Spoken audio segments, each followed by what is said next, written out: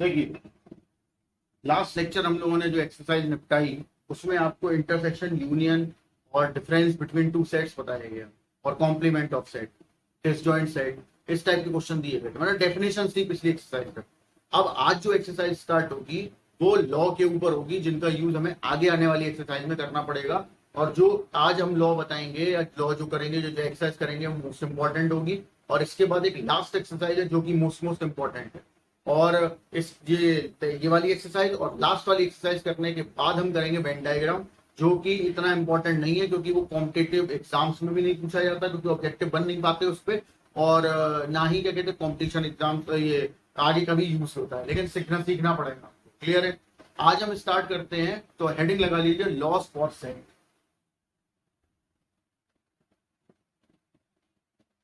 Sets के ऊपर कुछ लॉ है, जिसमें पहला लॉ होता है एडेम्पोटेंट लॉ। आइडेम्पोटेंट लॉ में दो पार्ट है, A union A equal to A intersection A equal to A. Idempotent ये वर्ड जो है याद रखिएगा, नेक्स्ट ईयर 12th में भी आएगा। आइडेम्पोटेंट का मतलब है कि किसी चीज का उसी के साथ यूनियन या इंटरसेक्शन या कोई भी ऑपरेशन जो दिया गया है लिया जाए और लौट के वही आ जाए, तो उसे हम आइडेम्पोटेंट कहते हैं। सेकेंड होता है आइडेंटिटी लॉ। आइडेंटिटी लॉ क्या होता है? आइडेंटिटी लॉ का मतलब है ए पाई यूनियन ए। तो अगर आप पाई इंटरसेक्शन ए आपको अगर मिल रहा है या कंडीशन यूनियन की मिल रही है, दोनों कंडीशन होगी, सपोज फाई यूनियन ए मिला, आइडेंटिटी का मतलब है वही सेट लौट के आना चाहिए, बट उसका यूनियन इंटरसेक्शन फाई या यू के साथ लिया जाए, यानी कि जो स्पेसिफिक सेट है उनके साथ लिया जाए। तो फाई यूनियन ए इज छोटे सेट का बड़े सेट के साथ यूनियन, तो ए आया। फिर यू इंटरसेक्शन ए, तो भी ए आएगा क्योंकि छोटा सेट बड़ा सेट के साथ इंटरसेक्ट होगा तो ए मिलेगा। क्लियर है? थर्ड लॉ होता है आपका कम्यूटेटिव लॉ। कम्यूटेटिव लॉ का मतलब होता है सीधा और उल्टा एक बराबर, मतलब एक जैसा होना चाहिए दोनों तरफ। जैसे पहला A union B equal to B union A. Second होता है A intersection B equal to B intersection A. ठीक, अगर प्लस में है तो A plus B equal to B plus है, मल्टीप्लाई में है तो A B equal to B. अब आप सोचेंगे क्या है, ऐसा तो हर बार होगा? नहीं होगा, क्योंकि आपने अभी तक 10th तक नंबर्स पे काम किया है। अब हम यहाँ कॉम्प्लेक्स नंबर, वेक्टर्स, मैट्रिसेस सभी पे काम करेंगे, तो वहां जरूरी नहीं कि ऐसा हो ही जाए। ठीक, एसोसिएटिव लॉ। एसोसिएटिव लॉ क्या कहता है? A union B union C equal to A union B union C. Second point, A intersection B intersection C equal to A intersection B intersection C. ये भी कोई जरूरी नहीं है कि ब्रैकेट सॉल्व करो और ये दोनों बराबर ही आ जाए, ऐसा हर बार जरूरी नहीं होगा, क्योंकि आपके पास अब केवल नंबर ही नहीं और भी चीजें आएंगी। नंबर्स में रियल नंबर होते थे, अभी कॉम्प्लेक्स नंबर भी ऐड हो जाएंगे, फिर वेक्टर्स भी ऐड हो जाएंगे, फिर मैट्रिसेस भी ऐड हो जाएंगे, और ये सब अलजेब्रा के ब्रांचेज हैं। तो अलजेब्रा में हर बार ऐसी चीज नहीं होती। जैसे एक चीज मैं समझा रहा हूँ, ए बी, अभी आगे एक लॉजिक आएगा, ए बी बराबर ए सी। ठीक, तो आपको प्रूव करना बी बराबर सी। तो बहुत से लोग क्या करते हैं, ए से कैंसिल कर देते हैं, नहीं कर सकते। क्यों? ए और बी अगर मैट्रिसेस हुई, मैट्रिसेस 12th का टॉपिक है, तो ये कैंसिल नहीं होंगे, इस वजह से ऐसा पॉसिबल नहीं है। तो ये चीज आपको दिमाग में रखनी है, ये ऐसा हर बार पॉसिबल नहीं होगा। अगला आया डिस्ट्रीब्यूटिव, और ये लॉ भी याद रखने हैं कि लॉ के हिसाब से ही हम काम करेंगे। अभी आगे एक्सरसाइज में क्वेश्चन होंगे तो हम लॉ को ध्यान में रखते हुए, डिस्ट्रीब्यूटिव लॉ क्या होता है? A union B intersection C. तो ए का बी के साथ डिस्ट्रीब्यूशन यूनियन के साथ, फिर ए का सी के साथ डिस्ट्रीब्यूशन यूनियन के साथ, और बीच में intersection. Second point, A intersection B union C equal to A का बी के साथ, फिर ए का सी के साथ, और बीच में यूनियन। लॉ ये आपके 5 लॉ अभी है, इसको नोट करिए, अगला आगे बताऊंगा, पहले आप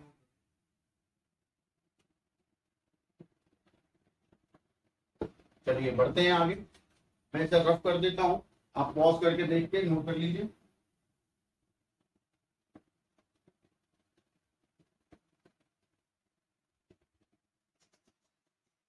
नेक्स्ट, ये आपका होता है डिमॉर्गन्स सिक्स्थ पार्ट,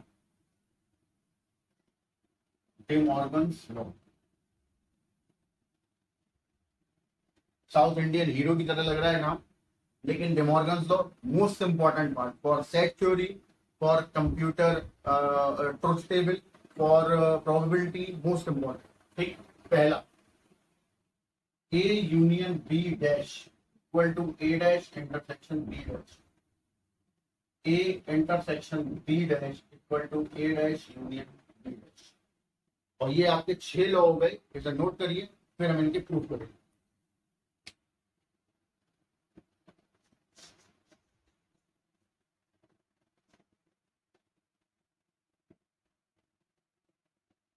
चलिए हेडिंग लगा लीजिए प्रूफ।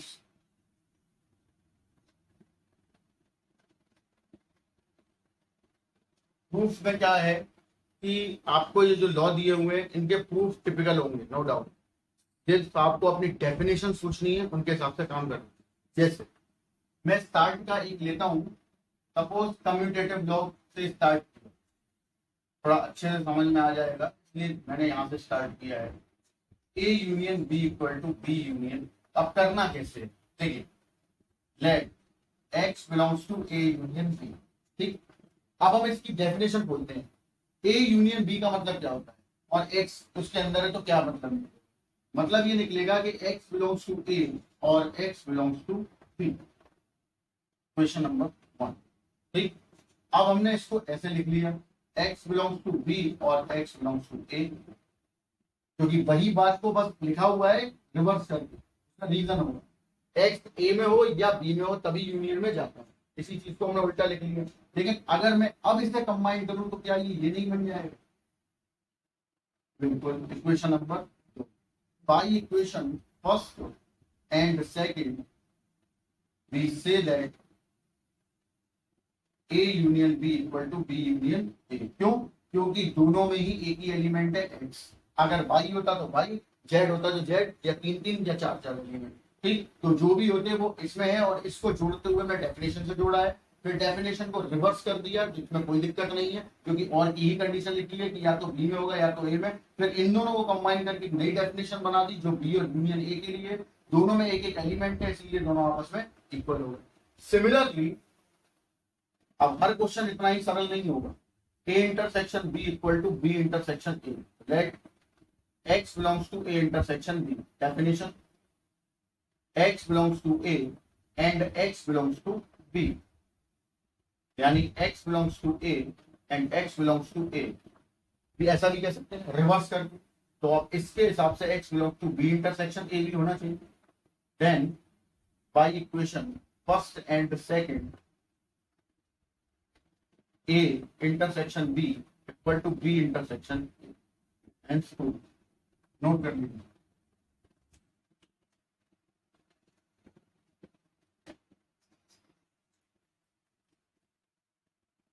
पॉज करके आप नोट करिएगा, हम लोग आगे बढ़ते हैं एसोसिएटिव लॉ की तरफ।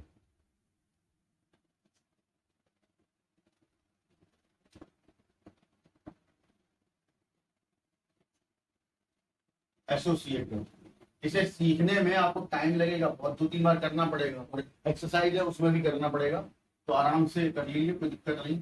ए union B union C equal to A union B union C, let x belongs to A union B union C. अब सबसे पहले हम इसे और इसके साथ तोड़ेंगे, एक्स बिलोंग्स टू ए और x belongs to B union C. अब हमने इसे तोड़ा, एक्स बिलोंग्स टू बी और x belongs to क्लियर। अब हमने क्या किया, x belongs to a, x belongs to b combine करके ऐसे लिख दिया। क्लियर। अब हम इसे लिख सकते हैं x belongs to a union b, और इसे इट इज। अब हम इसे कंबाइन करें, इसे क्वेश्चन नंबर 1। तो लॉजिक देखिए, यहां से इस पे तोड़ो और उल्टा सोचो। जब x a में बिलोंग था या x b यूनियन c में, तो दोनों की यूनियन में आया था। Same here, x belongs to a union b union c में भी होना चाहिए। इस डेफिनेशन को कनेक्ट करना क्लियर है। तो इसका मतलब है then by equation first and second x sorry A union B union C equal to A union B union C. Clear. Second part A intersection B intersection C A intersection B intersection C. ठीक। x belongs to a intersection b intersection c, x belongs to a and x belongs to b intersection c, x belongs to a and x belongs to b and x belongs to c। क्योंकि a और इसके intersection में आ रहा है तो दोनों में आ रहा होगा तभी इंटरसेक्शन में जाएगा, और फिर इन दोनों में आ रहा है तो इसका मतलब दोनों में होगा तभी आएगा। अब हमने इसे कंबाइन किया, x belongs to a and x belongs to b and x belongs to c। तो इस हिसाब से x belongs to a intersection b and x belongs to c। और अब एंड का मतलब क्या था, इंटरसेक्शन, तो x belongs to a intersection b intersection c, equation number 2। Then by first and second equation a intersection b intersection c a intersection b intersection c। Note कर लीजिए।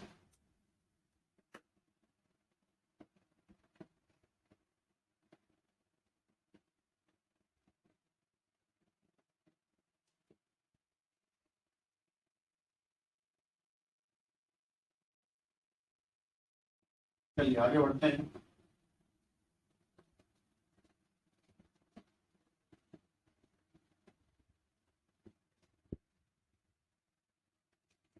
अब देखिए तीसरा डिस्ट्रीब्यूटिव। ठीक है, ये आप करेंगे, इसको होमवर्क लगा लीजिए, आप करेंगे, नहीं आएगा तो मुझसे पूछेंगे। डिस्ट्रीब्यूटिव लॉ होमवर्क चौथे पे डे मॉर्गन मोस्ट इंपॉर्टेंट। पहला A union B dash intersection A dash. Clear. देखो कैसे हो, let x belongs to a union b, ध्यान से समझना। क्लियर है। तो इसका मतलब है x not belongs to a union b। क्यों? अगर कोई चीज a डैश में है यानी कॉम्प्लीमेंट में, तो फिर a में नहीं होगी। x बिलोंग्स टू a और x ये लिखा हुआ है सब, और हम a डैश निकालते हैं तो u माइनस a करते हैं। अब जब u में से x ही बाहर चला गया तो a डैश में x कहां से? क्लियर है ना, इसी वजह से ऐसा लिखा हुआ है। अब मैं इसे तोड़ूंगा, x not belongs to a। अब देखिए बहुत ध्यान से तोड़ना है क्योंकि तोड़ना ही टिपिकल होता है। x जो है वो a और b दोनों के यूनियन में नहीं आ रहा। इसका मतलब है x ना तो a में होगा एंड x ना ही b में होगा। अब आप कहेंगे कि आपने u था, u को और लिखना चाहिए था, आपने एंड लिखा हुआ है। भाई u को और लिखते हैं लेकिन ये इसका निगेशन है, समझे ना। निगेशन और का एंड होता है, यानी कि आइदर और का नाइदर नॉर, कि ना तो ये जैसे लिखा हुआ है either x belongs to a और x बिलोंग्स टू b। तो फिर जब इसका हम निगेशन लेंगे, निगेशन, तो क्या आएगा, neither x belongs to a nor x belongs to b, कि ना तो x a में होगा एंड ना ही x b में होगा। तो अगर हम इसको निगेशन हटा के नाइदर और नॉर हटा के ऐसे लिखें तो क्या लिखेंगे, x not belongs to a and x not belongs to b।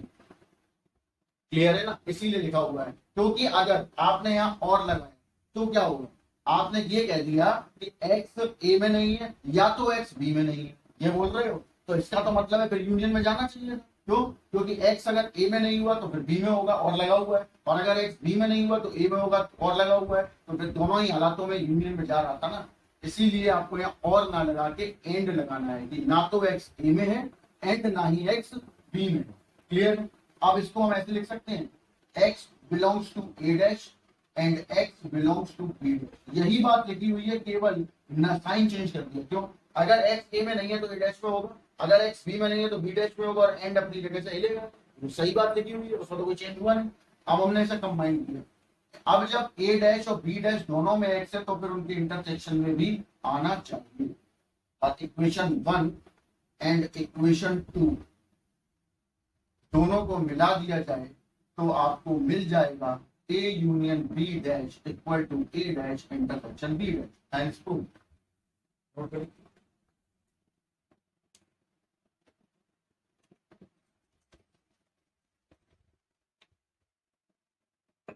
चलिए आगे बढ़ते हैं। नेक्स्ट इसका सेकंड पार्ट।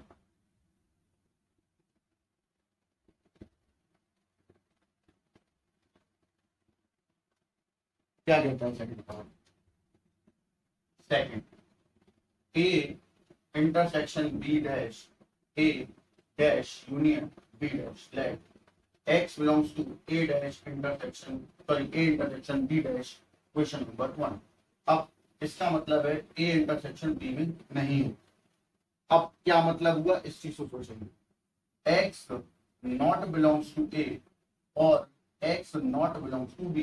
अब आपने कहा इंटरसेक्शन का मतलब तो एंड था, ठीक है, और यहाँ और लगाया हुआ है, और हम जरा इस चीज को कन्वर्ट करते हैं कि हमने और लगाया है तो सही लगाया है या एंड ही लगाना चाहिए। देखिए इन्होंने बोला कि एक्स ए और बी के इंटरसेक्शन में नहीं आएगा। अब इंटरसेक्शन की डेफिनेशन क्या होती है कि जो चीज ए और बी दोनों में होती है वही आएगी। क्लियर है? तो हम इसको ऐसे सोचते हैं, अगर एक्स ए में नहीं हुआ और सपोज बी में हुआ तो इसका मतलब है दोनों के इंटरसेक्शन में नहीं आएगा, क्योंकि कॉमन होता तभी आता, ठीक। और x अगर सपोज b में नहीं है और a में है तब भी कॉमन है, नहीं हुआ तब भी नहीं आएगा। इसका मतलब है कि यहाँ पे क्या कंडीशन लगेगी, और की, ना कि एंड की। समझ आ गई? क्योंकि आपने अगर एंड लिख दिया तब तो क्लियरली पता है कि आएगा ही नहीं, क्योंकि ना a में है ना b में है, तो इंटरसेक्शन में कहां से हुआ। तो हम क्लियरली कहां पता है, मैं ये नहीं पता ना कि काय में है। हम इसकी वो कंडीशन लिख सकते हैं जो कि पॉसिबल होगी, कि ऐसा भी तो पॉसिबल हो सकता है कि भाई x a में हो लेकिन b में ना हो तो भी इंटरसेक्शन से गायब, और x a में ना हो b में हो तो भी इंटरसेक्शन से गायब। तो वो कंडीशन लेंगे। अब लेने के बाद हम लिखेंगे x belongs to a dash और x belongs to b dash, ठीक। तो इस हिसाब से अगर x a डैश में है या b डैश में तो इसके यूनियन में तो गिराना ही चाहिए।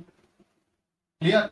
Then by equation first and second a intersection b dash equal to a dash union b dash, hence proof। यहाँ मैंने इसीलिए कहा था डेफिनेशन बहुत ध्यान से पढ़िए, समझिए, ध्यान रखिए, क्योंकि आपको केवल रट्टे नहीं मारने, रट्टे मारोगे तो कुछ भी समझ में नहीं आएगा। और एग्जामिनर लेट की वाले क्वेश्चन को काट देगा अगर ऐसा क्वेश्चन हुआ। और एग्जामिनर तो पहले ही एक बार को 12th वाला माफ कर दे, लेकिन 11th के जो टीचर्स होते हैं उनको वही पसंद है जो बुक में लिखा हुआ है, इसलिए वैसा ही करना पड़ेगा। तो थ्योरेटिकली ही सॉल्व कर सकते हैं। वैसे तो आप, मुझे कोई प्रॉब्लम नहीं है, आप नेट करके कर लो तब भी सही है, मैं तो तब भी नंबर दे दूंगा, लेकिन नंबर मेरे मायने नहीं रखते, मायने रखते हैं स्कूल वाले। तो इसीलिए आपको बता रहा हूँ कि थ्योरी वाला क्वेश्चन जरूर समझे कि थ्योरी से कैसे किया जाए। नोट करिए।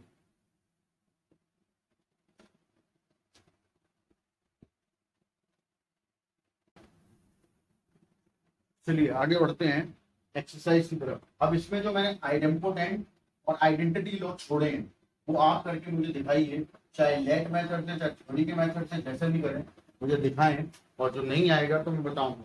अपन चलते हैं एक्सरसाइज के अंदर। एक्सरसाइज 1E, जिसमें स्टार्टिंग के जो क्वेश्चन है वो वही है जो आपने पिछली एक्सरसाइज में यूनियन इंटरसेक्शन निकाला, तो उसमें कोई लॉ नहीं लगाना, सीधा यूनियन इंटरसेक्शन लगा के सॉल्व करना है। जैसे क्वेश्चन नंबर फर्स्ट है, सेकंड है, थर्ड है, फोर्थ है, फिफ्थ है, ये क्वेश्चन आपको करना है। 6 पे आएंगे, मैं वो क्वेश्चन बताऊंगा जो टिपिकल हो। तो क्वेश्चन नंबर 6 पे आते हैं। 6 वाला क्वेश्चन है, give an example for 3 sets A intersection B not equal to 5, B intersection C not equal to 5, C intersection A not equal to 5 and A intersection B intersection C equal to 5।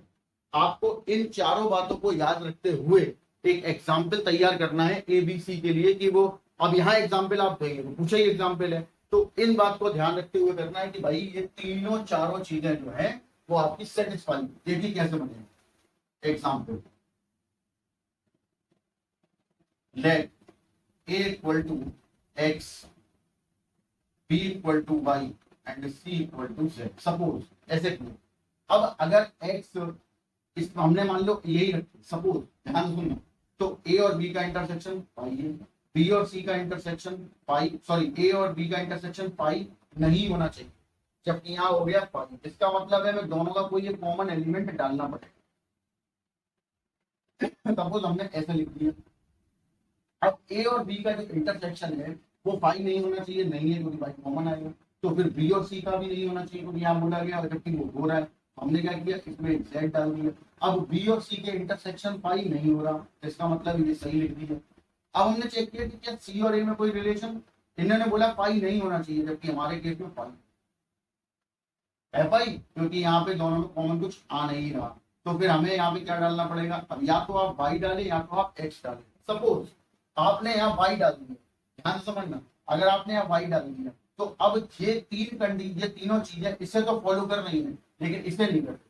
क्यों? क्योंकि जब आप a B C तीनों का intersection लेंगे तो Y Z common आ रहा है, और सॉरी वाई कॉमन आ रहा है, और आपसे बोला गया वो फाई होना चाहिए। इसका मतलब है यहाँ इन दोनों में से जो कॉमन है वो एक्स है। अब आप चेक करिए, देखिए इन दोनों ने मिलके हमें ए इंटरसेक्शन दिया वाई, फिर इन दोनों ने मिलके हमें बी इंटरसेक्शन सी दिया जेड। ना तो ये पाई है ना तो ये पाई है, और फिर इसने और लास्ट वाले ने हमें दिया A intersection C equal to x, ये भी पाई नहीं है। तीन बातें हो गई। अब हम एक चौथी और चेक कर लेते हैं, A intersection B intersection C, क्या तीनों में कुछ कॉमन आ रहा है? नहीं। एक्स अगर इसमें है तो इसमें नहीं है, इसमें है, कॉमन नहीं ले सकते क्योंकि तीनों में चाहिए। वाई अगर इन दोनों में है तो इसमें नहीं है, जेड अगर इन दोनों में है तो इसमें नहीं है, इसका मतलब है यहाँ कुछ नहीं है, यानी ये पाई। यही आपका एग्जाम्पल है, दैट्स योर एग्जाम्पल। अब एक्स वाई की जगह आप ए बी या 1 2 3 भी यूज कर सकते हैं। नोट करिए,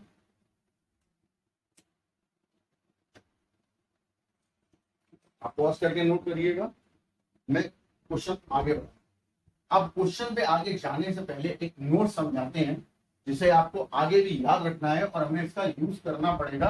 आपको जो जो नोट मैं यहाँ लिखवाता जा रहा हूँ या जो जो बातें, वो इसीलिए आपसे नोट्स बनवाए जा रहे हैं कि आप उन सब चीजों को एक जगह इकट्ठा कर लें, जिससे कि सारी बातें क्लियर हो जाए और ये पता चल जाए कि भाई आपको एक जगह ऐसा मिल जाए नोट्स में कि भाई ये हमें समझना था, ये हमें याद रखना है और इसके बारे में प्रैक्टिस करनी है। ठीक, नोट क्या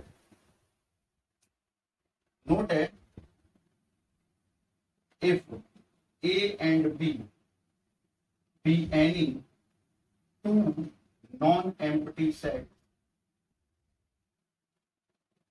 and A comma B subset of U where U be a universal set,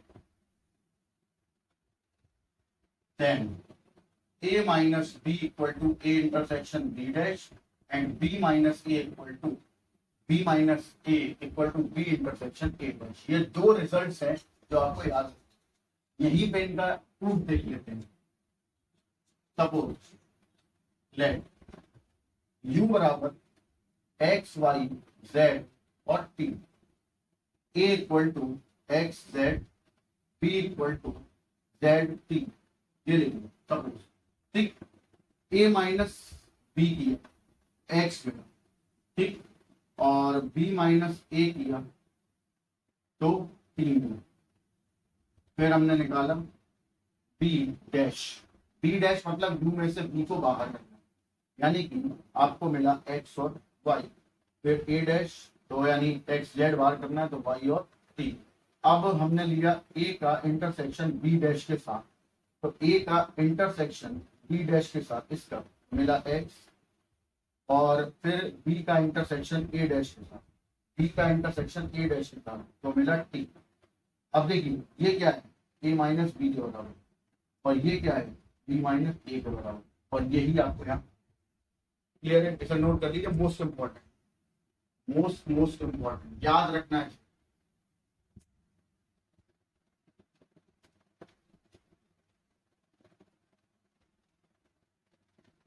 चलिए नेक्स्ट क्वेश्चन पे चलते हैं। क्वेश्चन नंबर 7 पे लगाइए मोस्ट इंपॉर्टेंट। और इन सभी क्वेश्चन को आप लेट करके भी कर सकते हो, बट मैं आपको इन्हें लॉ जो बताए या नोट जो बताए उनसे कराऊंगा। आप इसे लेट करके भी कर सकते हैं। ठीक, मैं यही कहूंगा कि आप इसे बिना लेट करे सीखे, ज्यादा बढ़ते। ये रहा क्वेश्चन। अब a minus b intersection b equal to 5 prove करना है। आप ए बी लेट करके सॉल्व करके निकाल सकते हैं, लेकिन हम इसे जो नोट लिखाए हैं, जो कॉन्सेप्ट है, जो लॉ है, उनसे कैसे करें। देखिए, सिंस ए माइनस बी को हम जानते हैं ए इंटरसेक्शन बी डैश के नाम, अभी अभी नोट लिखते हैं। A intersection B dash intersection B. अब ध्यान से सुनो, मैंने इस ब्रैकेट को ओपन किया तो देखिए डिस्ट्रीब्यूटिव लॉ, पहला ए का इंटरसेक्शन बी के साथ, फिर बीच में आया इंटरसेक्शन, फिर बी का बी डैश के साथ। ठीक, ये ऐसे भी कर सकते हैं। ये ऐसे भी पॉसिबल था कि आप इसमें डिस्ट्रीब्यूटिव लॉ या पहले एसोसिएटिव लॉ भी लगा सकते थे। यहाँ पे डिस्ट्रीब्यूटिव लगाने के बाद एसोसिएटिव भी लगा सकते हैं या पहले भी लगा सकते हैं। एसोसिएटिव लॉ क्या कहता है? A union B union C equal to A union B union C. हमने इसमें लगाया ए यूनियन हो या इंटरसेक्शन, हमारा इंटरसेक्शन का केस है तो यहाँ इंटरसेक्शन लिख लीजिए। ठीक, बी डैश इंटरसेक्शन, सही है। अब बी और बी डैश का इंटरसेक्शन क्या होता है? पाई, यहां लिखते जाओ। ठीक, और छोटे सेट का बड़े सेट के साथ इंटरसेक्शन लिया जाए तो आंसर क्या आता है? ए, और आपको आंसर ए ही,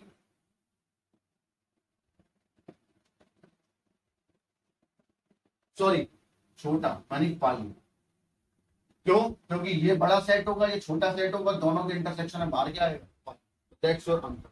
तो अब आप इस क्वेश्चन को ऐसे करें तो आपको जल्दी समझ में भी आए, एग्जामिनर को भी कोई दिक्कत नहीं होगी और आराम से नंबर देंगे। ठीक, सेकंड पॉइंट क्या है? सेकंड पॉइंट क्या है? A union B minus A. ठीक, since B minus A equal to B intersection A dash, A union B intersection A dash. ठीक, अब हमने लगाया एसोसिएटिव लॉ। ठीक, जो ऊपर लगाया A union B intersection A dash.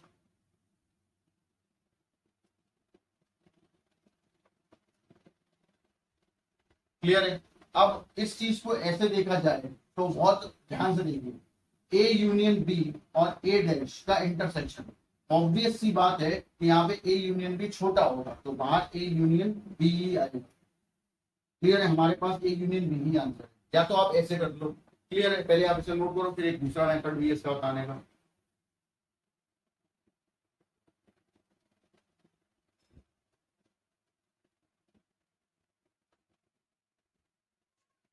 Clear है? ये एसोसिएटिव लॉ से हो गया। अब इसी चीज को हम ऐसे भी कर सकते थे जो थोड़ा आसान होता, यूजिंग डिस्ट्रीब्यूटिव लॉ। अब ये आपको सोचना पड़ेगा कि हम कौन से लॉ से आसानी से सोच पाएंगे, वो प्रैक्टिस रहेगा। ए यूनियन बी, फिर intersection A union A dash, A union B intersection that is called U. Clear? क्योंकि ए और ए डैश का वो लॉ जो आपको अभी लास्ट में लिखाए हैं उनके हिसाब से A union A dash equal to क्या हो गया? यू हो गया। लिख लो A union A dash equal to U. और अब ये रहा छोटा सेट, क्योंकि ये यू से तो छोटा ही होगा, जो सारा काम यू के अंदर ही हो रहा होगा, तो दोनों के इंटरसेक्शन में क्या बाहर आएगा? A union. और मेरे हिसाब से ये ज्यादा बेस्ट लगा होगा पिछले वाले से। नोट करिए।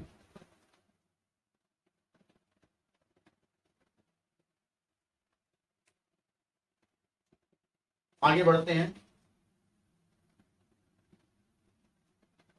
जो लॉ आपको लिखाए गए हैं वो इन ऐसे क्वेश्चन को करने के लिए लिखाए गए हैं कि आपको लेट वाले मेथड से थोड़ा सा छुट्टी मिल जाए, कि ज्यादा लंबा भी हो जाता है और टाइम कंज्यूमिंग भी होता है, इसलिए बस प्रैक्टिस चाहिए, प्रैक्टिस करिए, आ जाएगा।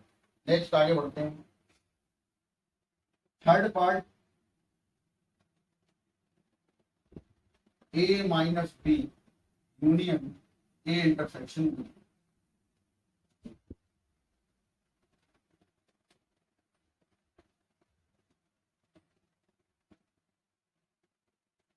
क्लियर है? अब देखिए A minus B equal to A dash intersection A intersection, तो A minus B A intersection B dash, ये होता है A intersection B dash union A intersection B. अब आप अगर इसे ध्यान से देखें तो ये खुद डिस्ट्रीब्यूटिव लॉ, डिस्ट्रीब्यूटिव लॉ के हिसाब से पहले हम एक काम करते, चेक करते, A union B union C, तो डिस्ट्रीब्यूटिव इंटरसेक्शन के लिए लेते हैं तो ये आता है A union B intersection A union C. और दूसरा होता है A intersection B union C equal to A intersection B union A intersection C, और यही वाला मैं यूज कर दोनों लिख के देख लीजिए, आपको पता चल जाए कौन सा यूज कर। देखो A intersection B, A intersection B dash, A intersection C, A intersection B, और ये बीच में यूनियन, यही हो गया। तो इसको हम ऐसे लिख सकते हैं A intersection B dash union B, और ए इंटरसेक्शन इन दोनों का यूनियन यू बनाएगा, और दोनों में से क्या आएगा, तो छोटा सा एडवांस आएगा। नोट करिए।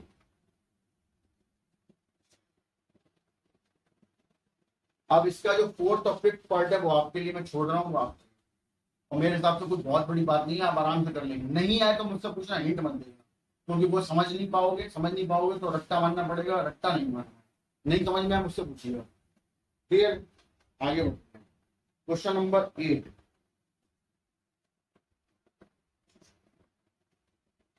अब क्वेश्चन नंबर 8 क्या कहता है, पढ़ो।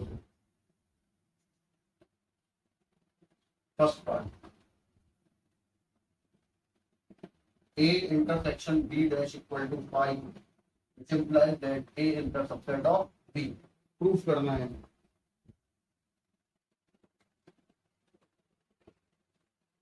ठीक है। Since A intersection B dash equal to A minus B, और ये गिवन, इसका मतलब है A माइनस B क्या होगा, ठीक। अब जरा सोचिए, a माइनस बी कब 5 होगा, जैसे a बराबर 1,2 हो और b बराबर 1,2,3 हो, और a माइनस बी क्या आएगा 5। तो ये कब हुआ ऐसा, जब a is proper set of b हो, ठीक। तो इसीलिए देन हम कह सकते हैं a is proper set of b। Hence जो आपसे आ गया था वो आपने प्रूफ कर दिया, करिए।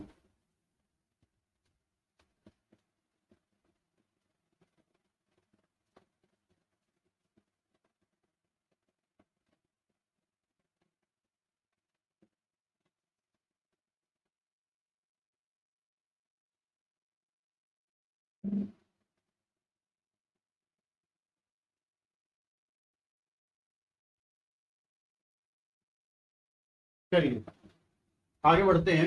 ये क्वेश्चन दिया हुआ है सेकंड पार्ट, कैसे होगा, ठीक है। A dash union B equal to taking complement of both side. हमने दोनों तरफ अपनी तरफ से कॉम्प्लीमेंट ले लिया, तो आप इस जगह पे हम डिमॉर्गन्स लॉ लगाएंगे। क्या होता है, ए यूनियन बी का dash equal to A dash intersection B dash. अब देखिए क्या आएगा यहाँ, ए डैश का डैश इंटरसेक्शन बी डैश बराबर 5। क्यों, यू डैश का उल्टा क्या होता है 5। क्लियर? अब इस हिसाब से देखिए जरा, डैश का डैश मतलब कॉम्प्लीमेंट का भी कॉम्प्लीमेंट, मतलब लौट के ए आ जाना। क्लियर है? क्यों, ए डैश का मतलब होता है यू माइनस ए, और फिर आपने उसका भी डैश ले लिया, तो U minus A, U minus U plus A, pi plus A, और ए में कोई भी प्लस मतलब पाई ऐड हो रहा है तो मतलब ए डॉट के आ जाए। क्लियर है? तो ए इंटरसेक्शन बी डैश बराबर पाई, तो ए माइनस बी बराबर पाई, क्योंकि ए इंटरसेक्शन बी डैश अभी पीछे वाले और नोट भी लिखाया हुआ है, क्या होता है ए माइनस बी। और अगर ए में से बी को माइनस किया और पाई आ रहा है तो ए 100% बी का प्रॉपर सेट बनेगा। नोट करिए।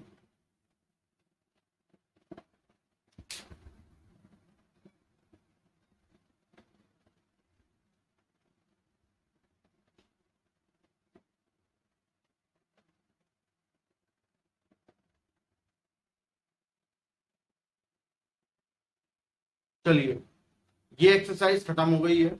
आपको आज जो होमवर्क दिया गया है उसको आप कंप्लीट करें, और होमवर्क कंप्लीट करने के बाद बहुत ध्यान से करें और सारे थ्योरी से ही करें, जिससे कि आपकी प्रैक्टिस हो जाए उसकी कि भाई थ्योरी से ऐसे होगा। दूसरी बात, जो मैंने लॉस प्रूफ कराए हैं वो आप खुद करिए घर पे बैठ के, और अपने दिमाग का इस्तेमाल करिए, डेफिनेशन का इस्तेमाल करिए।